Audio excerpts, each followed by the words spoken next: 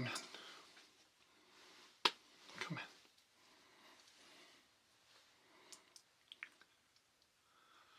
Sit down.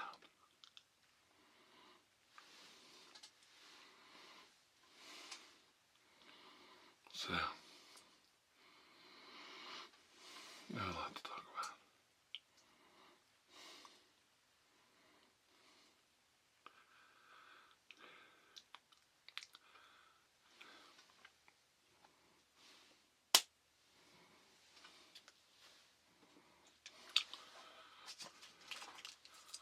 We'll start off on the right foot with you.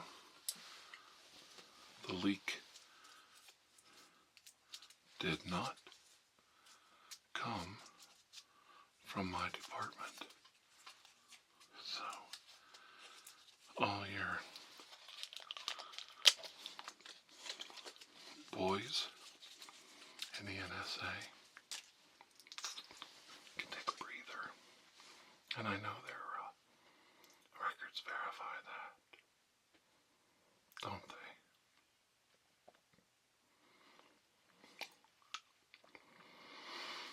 Oh, if they knew what I knew. If they saw what I saw.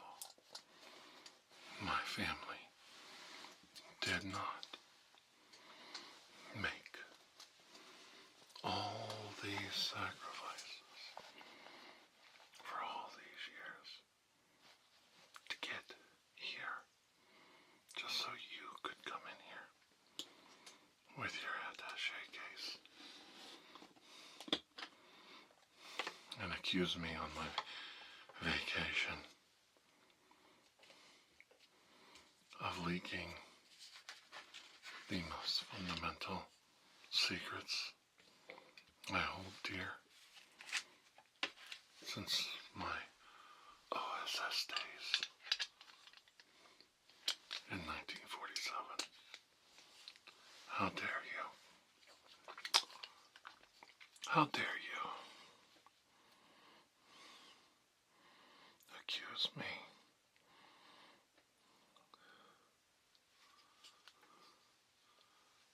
of being the leak? Sit a little closer. Come on, let me slide you a little closer.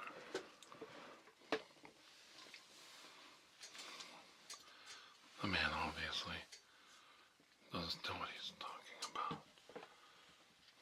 You know, this is all propaganda. Just something to distract the masses from current events. You know that, right? That the real secrets are so far away from their reality.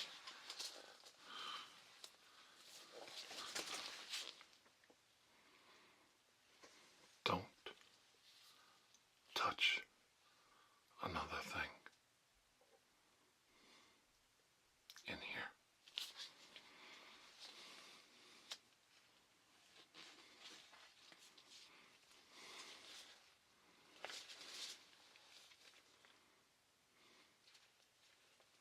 I'm going to explain it to you one time while I do this exam on our friend here. It's good to see you again. I love how you boys accompany our friend, our ally, to these checkups like he's some kind of common thug in need of an escort. This man has proven his mettle since the summer of 1947. Before you were born. You punk ass. Pissers.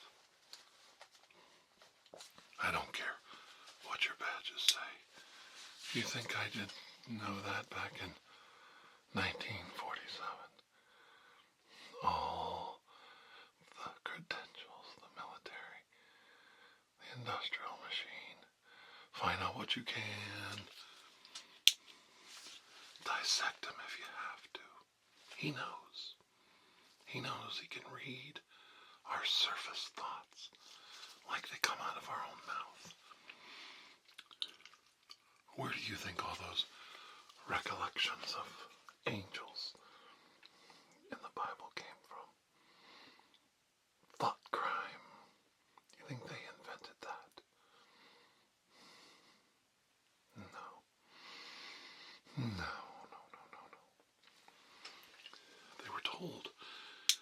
They were told by his people over the times when they came here and tried to help us. We can read your thoughts. We can hear your thoughts. Your surface thoughts are like jargon, like floating embers from a fire. Smoke emanating from your minds. They can see the ether between us and their own reality. But you never listened. No, just like you're not listening now. Even now you're standing there, armed and dangerous. Your eyes cast upon our ally, like he's an enemy, just because he's different. Just because of what he and his kind represent.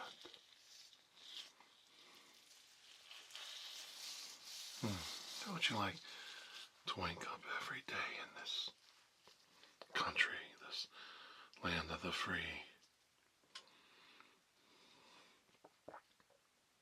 and know, without a shadow of a doubt, that 50% of the population wants to kill you, wants you gone? Yes, my friend. I understand. I understand.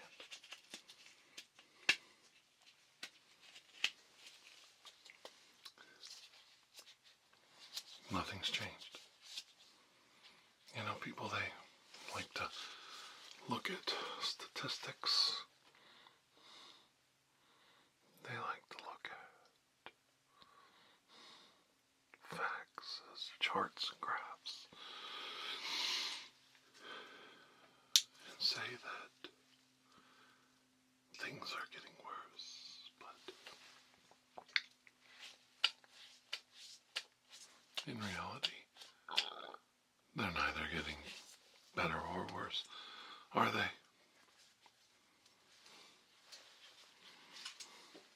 Lean in a little bit. Nothing's changed. Nothing's changed. I've been doing my astrobiology work with our friend here since the summer of 1947, and nothing's changed. There's always going to be the rise of the McCarthys, the Nixons. Yes.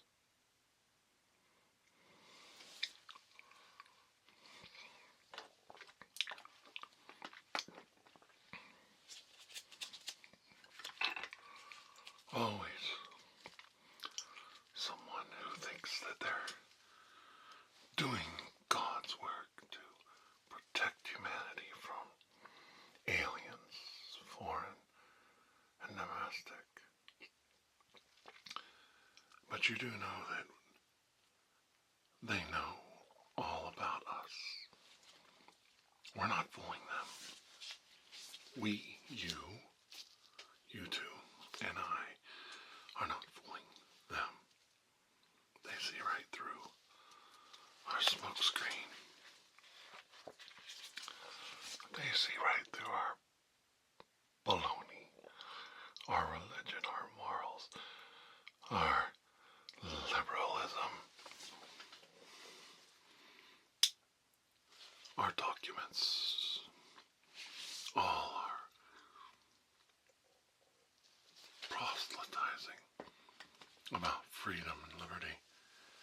they see through that. They know. We're a bloodthirsty lot.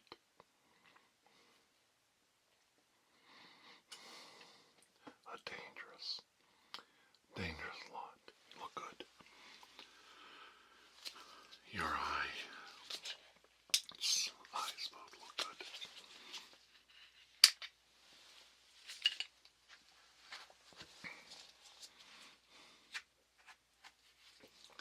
Would you like me to check your throat for scar tissue?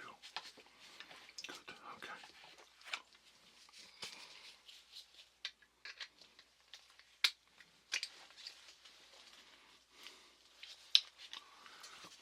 Just open up there. Hang on just a minute. Just a moment. No, it's okay. I'll use this to push away your... There we go. Good. Looks very good. Up here. The roof of your mouth looks good. And the throat looks very good. Wonderful.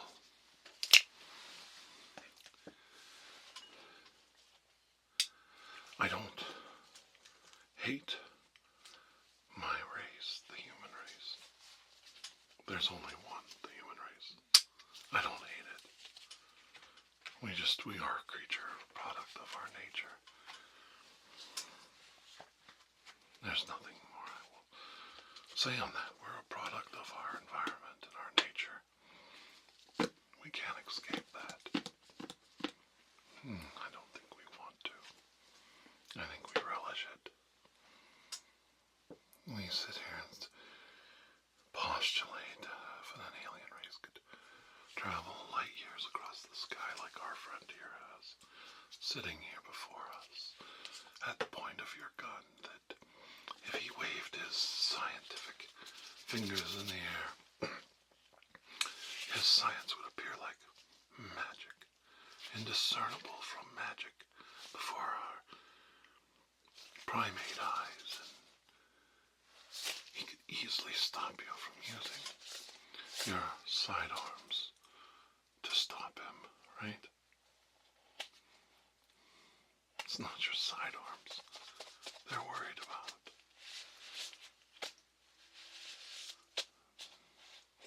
It's when we split the atom. When we split the atom.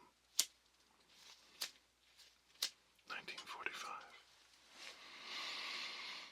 That's what drew them back to us. The capability to destroy. Do you think they're immune to radiation any more than we are? Their biology, their forms of protecting themselves from radiation in interstellar space, yes, are far and away advanced past anything we could imagine. But when it comes to interaction with us on a personal level, in a confrontation, they are just as vulnerable to radiation as we are. We have the tools at our disposal to kill creation just as much as they do.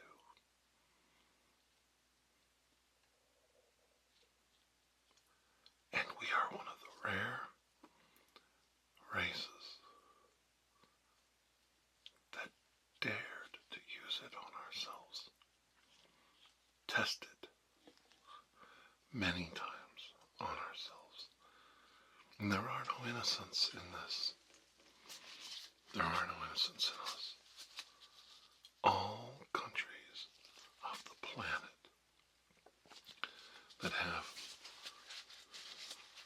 nuclear capabilities, from energy creation to the bomb, all have dirty hands.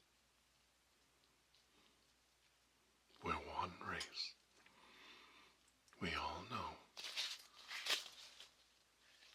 ramifications of splitting the atom, and it has not stopped anyone yet from using the atom.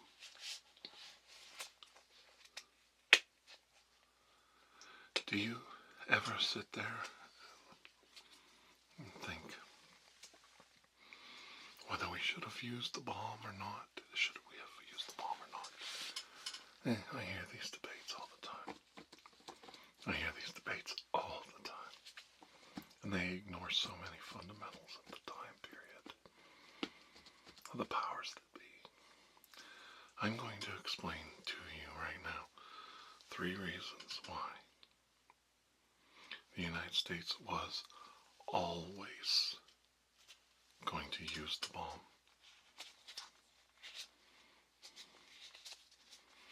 And it wasn't the United States that used it. It was the Allies. They knew about it. They helped fund and do the research. Nobody stopped. Did think what the results would be. They just did it.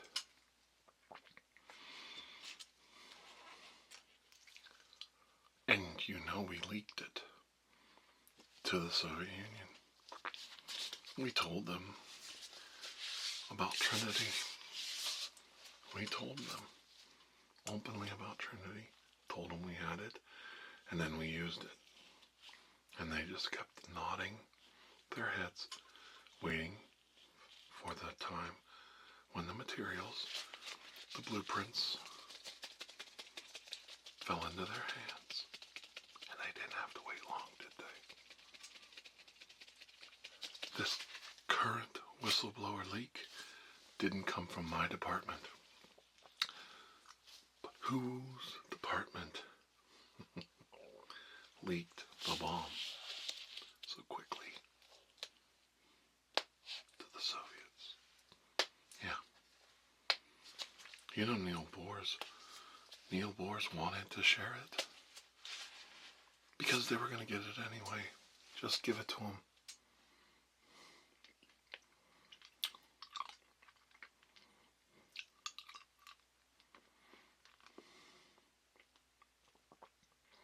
There's nothing going to stop it. Nothing's ever going to stop it. Not my friend sitting across from me. No missiles, no defense, nothing's ever going to stop it. It's always going to be here. It's always going to be above us. The God of the atom will always be above our heads waiting to come down on us, to crush us for our insolence, for our folly, for our hubris, for our pride. We do it anyway, don't we? And you stand in my lab with an extraterrestrial sitting right in front of you, and yet you still brandish a sidearm because it's a procedure.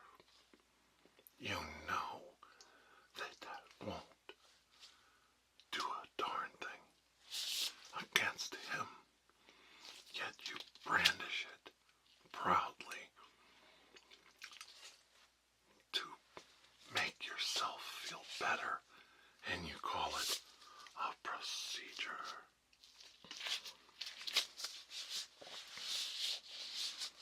It just annoys me. When I came to meet this friend of mine sitting right across from me in the summer of 1947, I had direct orders from the President of the United States and the Secretary of Defense. All the paperwork I needed to command the situation and bring some kind of clarity to it. Why did these people come here? Why did they land here? Why did they land in Roswell, New Mexico? Why did they openly try to communicate, give give us things, hand us things, give us gifts. What game were they playing at? And the whole time they were just trying desperately to communicate that the war wasn't out there and it wasn't coming in from the stars. The real war is right here, inside our own minds. They wanted to help us win the battle of our own minds and prevent us from extinguishing our beautiful race, our beautiful planet, this beautiful island Earth, full of life, teeming with life. They just wanted to give us a chance.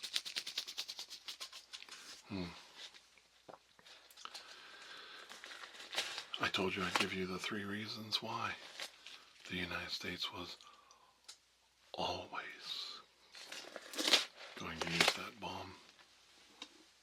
No matter what you read in the history books, we were always going to use that bomb.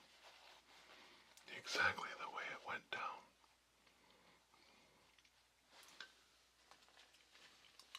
Reason number 1.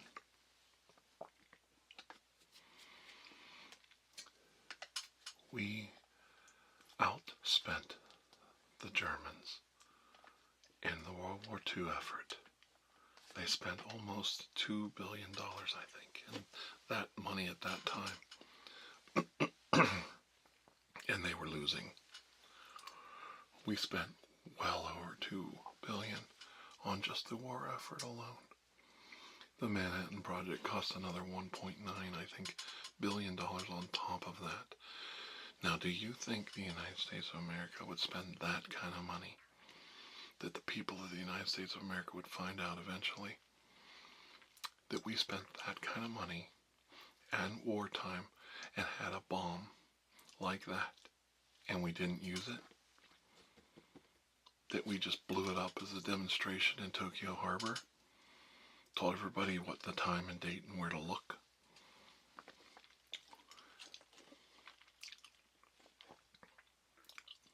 Do you really think the Allied nations that helped fund and pay for it, the research that started in England, the research that went on in Europe, that the scientists brought with them in hopes that we would stop the Nazis, Canada, other countries, do you think all those people working, all that money spent, and they were just not going to use it?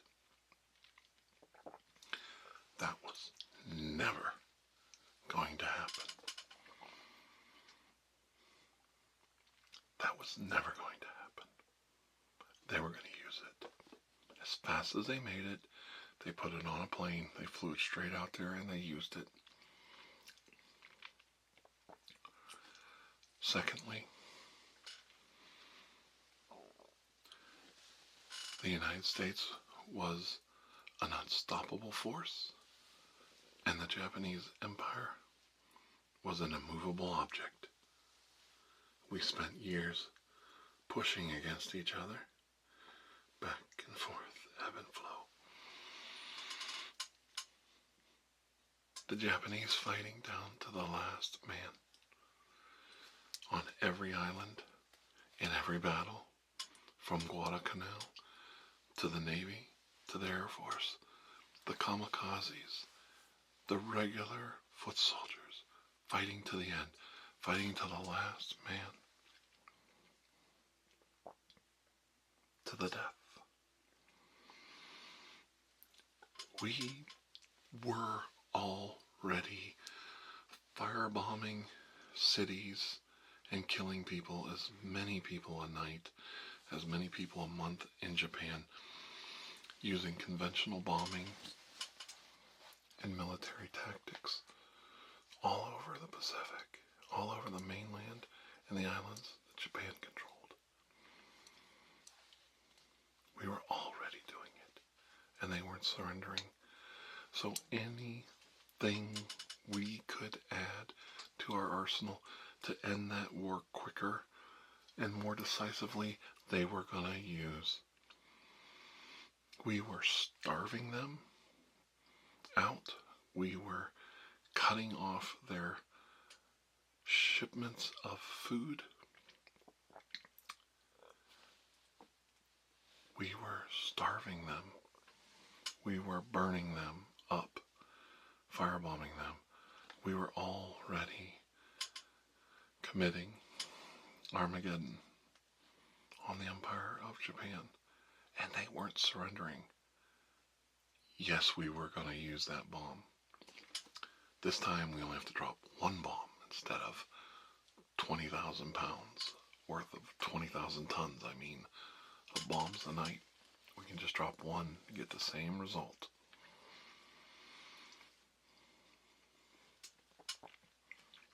And the third reason was the hope, and it was a genuine hope, that anything that could end the war sooner than later would save lives.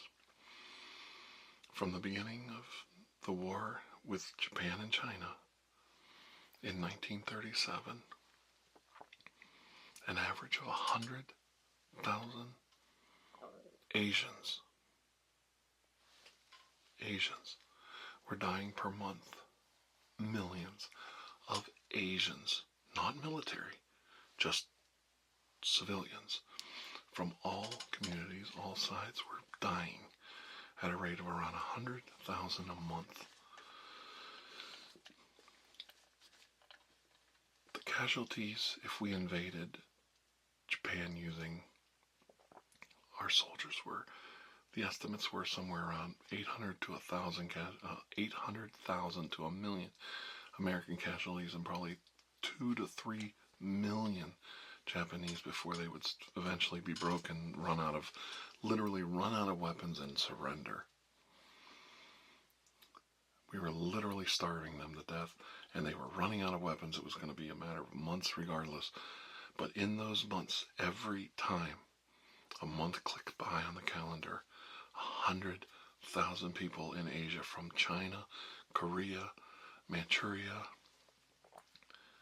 Indonesia, the Philippines, and all those other islands that the Japanese occupied, these people combined, every time a month clicked by, 100,000 Asians were dying, among all the Japanese and the Allied soldiers that were dying right along with them. Anything that could be used to stop the war, end it quicker, end it sooner, was going to be used. We were in total war. This was not a modern war that you're used to seeing, that you're used to hearing about. This was total war, where civilians were targets from the very start of World War II. Civilians were a viable target. And every day, every month that passed, more and more civilians were dying. The United States was using everything it had to stop this war. And Japan was using everything it had to keep the war going. It was a war of attrition, hoping that the United States would sue for peace eventually. And it just, like I said, was an immovable object getting battered by an unstoppable force. And something had to give. It took firebombing campaigns, 2 atomic bombs, the threat of invasion, and the Soviet Union declaring war and attacking them in Manchuria and routing their troops, using hardened troops that fought on the eastern front of Europe. They were rerouted, and they were routing. The Japanese had 1 million men in Manchuria and were getting routed by Soviet troops on all fronts. And they said, we don't have anybody on our side anymore. We don't have anybody we can go to negotiate. This thing's over with. And they finally broke and surrendered. It took all of that to get them to quit. And you might say, why are you going on about this? Why are you even talking about this? Because I think sometimes we forget. we look at it from our point of view, but ask people in the Philippines what they think. Ask people in Indonesia what they think. Ask the Chinese what they think. And ask Koreans what they think. You might get a different opinion than you're used to hearing. And the funny part is, by ending the war when we did in August, instead of letting it drag out even into early 1946, we probably saved 3 million Japanese lives or more. And you can sit there and say, yes, no, maybe, I don't know. But if we would have invaded, if Russia would have kept pushing in Manchuria, millions of Japanese would have died. That didn't need to die.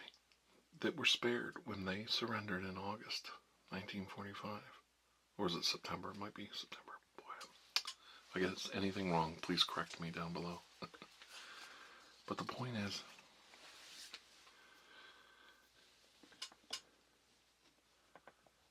it had to stop. And we were going to do whatever it took to make that happen.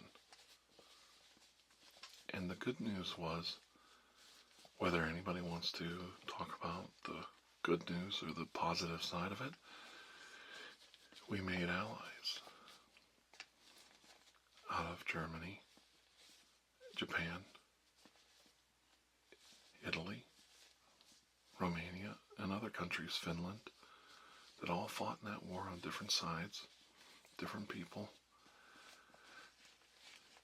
And we haven't had a conflagration like that since.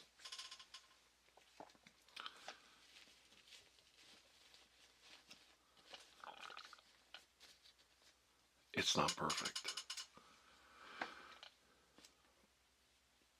It's not perfect. And hindsight's always 20/20. But that's how I feel about it. And I've researched it a lot.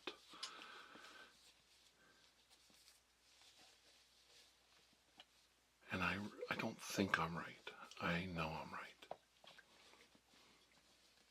Nothing is going to stop us from using that. So, that being said, we live in that timeline where the bomb was used. And we used it to decisively end the war and show the world that we weren't afraid to use it. And we all have to live with it.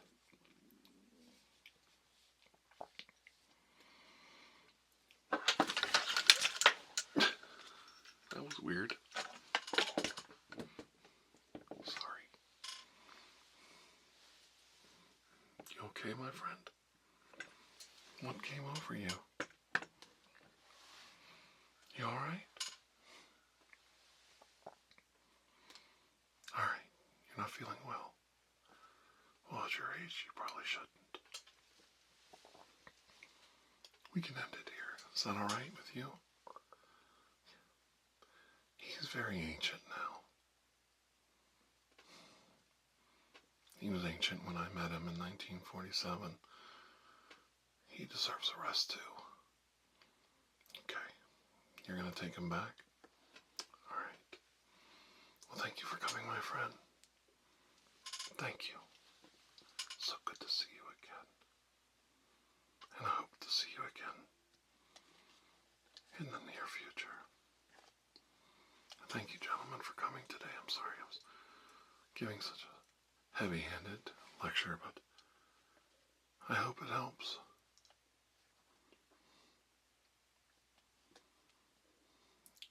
And I hope you find where your leak came from.